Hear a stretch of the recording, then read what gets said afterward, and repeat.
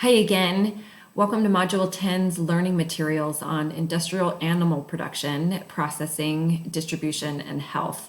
This week's reading materials are really loaded with information. So in this short lecture, I'm going to talk a little bit about each one of the sections from the reading. So highlighting a little bit from industrial animal production, a little bit from processing, and a little bit from distribution. So to begin, this week we read about some of the disheartening information that's related to animal production and the way that animals are used in the food system. So industrial food animal production, or IFAPs, are the leading approach to meat, dairy, and egg production in the United States. And so while this type of food production has led to easier access and availability of foods, the U.S. is now one of the leading meat consumers per capita in the world. Such animal and fish production is characterized by specialized farming, with farmers raising thousands of hogs, for example, cows, cattle, and chickens. And the number of farms, particularly middle-sized farms, has declined, while the ones still in business have grown exponentially in size. So thus, there's been a great consolidation in farms in the United States and globally. So large specialized animal producing farms use confinement agricultural practices where animals are denied their instinctual behavior from roaming and grazing to even birthing practices. And these practices, as many of you probably already know, are confined animal feeding operations. So also there's just a little bit of data here to show meat consumption per capita in the U.S. And we can see that while beef production has gone down, gone down a little bit, it's really right around the same consumption rate as chicken. And then we can see down here that turkey has gone up just a little bit, and that pork has stayed relatively the same from this historical data. Now, in contrast to industrial animal food production and confined animal feedlots, we have to ask ourselves, what should animal production look like? And one of the arguments is that farmers really should take an ecological approach, so trying to mimic natural processes called, and this is called agroecology, or the scientific agricultural practices that works with the land to keep the soil, animals, water systems, and the surrounding community health in harmony with each other. So these are pasture-based systems that use rotational grazing and husbandry, and really are practices that are a craft where all things can be in harmony with each other. So it is definitely in contrast to the way that industrial animal production is happening right now. Now, when we talk about in the industrial animal production in our food system, there's a lot of public health and environmental impacts that are coming from such systems. So within public health, or the population health, some of the outcomes that are really alarming for public health officials are things like antibiotic resistance. So 80% of antibiotics in the US are used on food producing animals, and the exposure to the low doses that are given to the animals actually creates resistant strains of bacteria and causes the antibiotics to be less effective when used on human populations. We also know that there's a lot of occupational hazards in industrial food animal production practices. So, for example, there's viral and bacterial pathogens spread from animals to humans. There's low wages, and there's also just hazardous work conditions when there's that many animals and humans trying to work within those spaces. There's community hazards as well, so breakdown in relationship to odors, for example, that come from these types of animal production practices, and also industrial food animal production disproportionately is located in low-income communities and communities of color. So a lot of community hazards coming from these type of practices.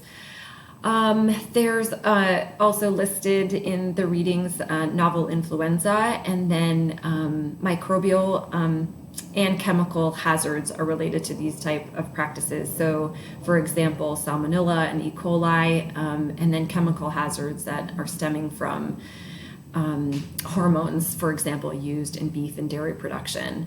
Now, there's also, as we have already covered, a whole host of environmental issues that come from industrial agriculture in general, but specifically related to animal production. So we know that climate change is related to this type of agricultural practices. So beef, pork, and dairy production account for almost half of the emissions associated with the U.S. Food supply. And then, and interestingly, I also think it's a little bit alarming to think about the fact that only 40% of U.S. cropland is for human food consumption. So a lot of the cropland in the U.S. is used actually for raising animals. So we know that climate change and also water quality and aquatic ecosystems are changed, land use through deforestation and biodiversity loss, and a lot of environmental degradation caused by these types of agricultural practices in raising animals. So, and then lastly, we have listed here if the land is changed so much and degraded to the point that we're not able to grow food, then surely there's global food security is related to that as populations are growing.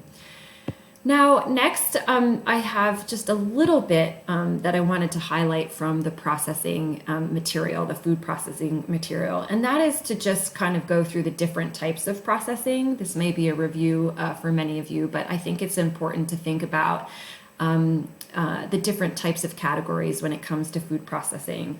So raw food is food that hasn't been processed at all, but minimally processed food includes dry foods, frozen foods, pasteurized and refrigerated milks, refrigerated milk, for example. Next, there's culinary ingredients. So this is oils, salts, sugars, and fats. And then we start to talk about more processed foods. So processed foods in general can be whole foods that have been preserved. So salted meats, cheeses, breads, and even fruits that have been canned in syrup to preserve them. But then the concerning part of processing when it comes to public health is ultra-processed foods and drinks. So the examples in this include sweetened beverages and ready-to-eat, ready-to-drink, ready-to-heat foods, with most ingredients being additives such as preservatives, emulsifiers, solvents, sweeteners, flavors, and colors. So again, when it comes to a public health perspective, these ultra processed foods are really quite alarming. And as we know from the reading, these are nutritionally unbalanced, energy dense, hyper palatable, really easy to eat, and also perhaps induce mindless eating. And then also these types of foods are aggressively advertised. And I think it's interesting to highlight that it has been proposed that legislation is needed, as we've talked about in food marketing, to actually stop advertising and aggressive advertising when it comes to foods that are not healthy. And also from the reading this week, there's even been a suggestion that ultra-processed foods should be treated in the same way as analogous to guns, drugs, cigarettes, and alcohol because of the threat that they pose to public health, which I think is a really interesting line of thinking when it comes to legislation. Now, lastly, I wanted to say just a little bit about food distribution. So food gets to us in via three primary channels. So there's the food service establishment, and that's restaurants. There's also chain and independent food retail grocery stores, where most of us get our food. And then there's direct markets, right, where consumers are able to buy their food directly from the producers and farmers that are producing that food. So early in the 20th century, almost all buyers and sellers, so this includes farmers, shippers, grain elevator operators, canners, truckers, were independently operated and arguably quite inefficient. And now our food distributions, in some way and impressively, are quite efficient. It's amazing to think about the amount of food that is moved every single day and every week and month and year in the United States and also globally. However, with that efficiency and cost in the food system, we are not accounting really for the environmental and health costs that are associated with being able to buy our food readily in the different distribution channels throughout the U.S. and also globally.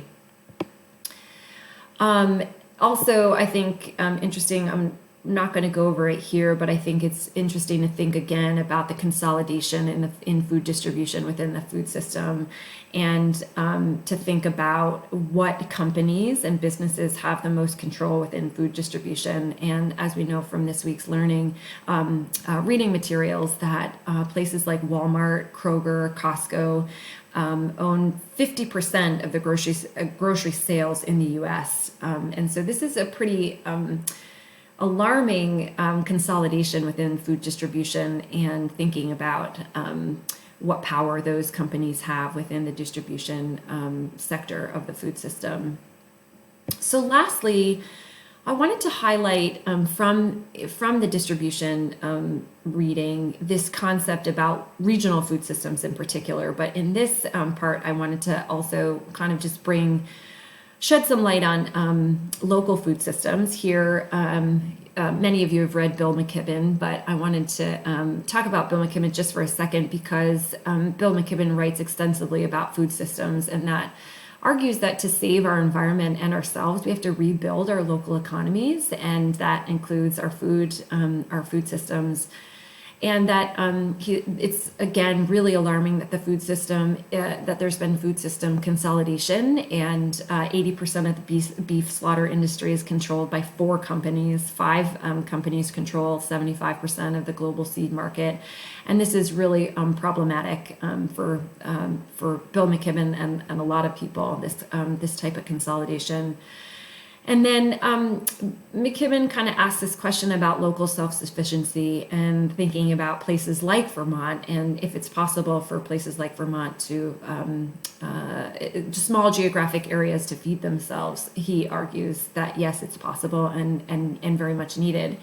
Now, in a little bit of a contrast to just thinking about local food system and food system scale, Kate Clancy and Kathy Roof, 2 colleagues who have been writing about regional food systems for a long time, argue that we should really be thinking about sustainable food system within a regional framework. So they say that this is really the template for longer sustainable food systems.